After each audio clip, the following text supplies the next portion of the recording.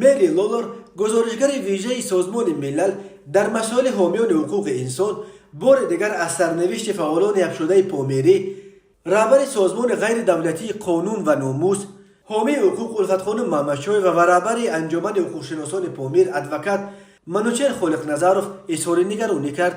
من به حکومت تاجیکستان درباره بازداشت‌های خودسرانه الفت خانم محمدشاه و منوچهر خالقنظرов نامه نوشتم.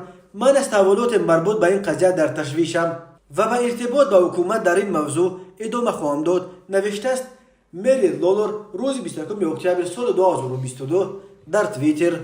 خانم لولر درباره محتوای نامش به مقامات تاجیکستان تفصیلات دیگر نداده است. قبلا ماه ایول سال 2022 یک بار 5 گزارشگر ویژه سازمان ملل از جمله مری لولر در رابطه با پرونده های الفت خانم محمدشاه و منوچهر خالقنظرov به وزارت کارهای خارجه تاجیکستان نامه نوشته بود.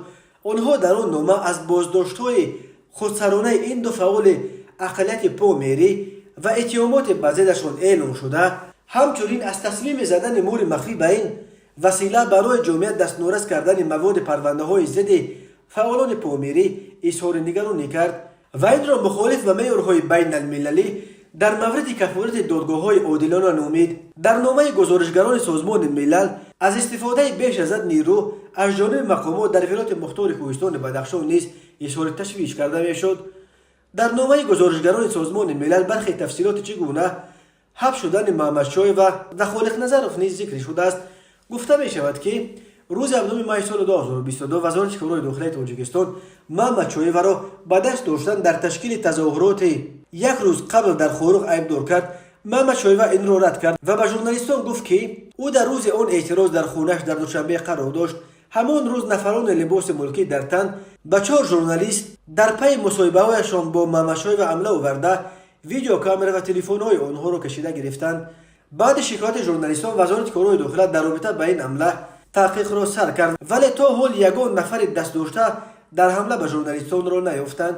18 ماه محمدشاه و از سوی کارمندان کمیته دولتی امنیت ملی و دادستانی کل دستگیر شد. منزلش را کوفتکوب کردند و تلفن و نوتبوکش را مصادره کردند.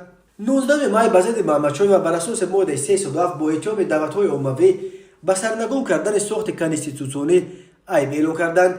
به پرونده او مور مخفی زدند.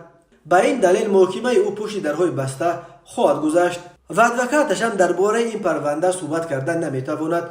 گزارشگران سازمان ملل این را مخالف معیارهای بین المللی مربوط به کفالت دادگاه عادلانه نامیدند. منوچهر خالقنظرov از جمله 13 عضو کمیسیون 44 بود که روز 28 ماه دستگیر و بازپرسی شدند. او را اول دادستانی ولایت مختار کوهستان بدخشان با اتهام گرفتن پول از سازمان‌های ممنوع پیمان ملی تاجیکستان بازجویی کردند.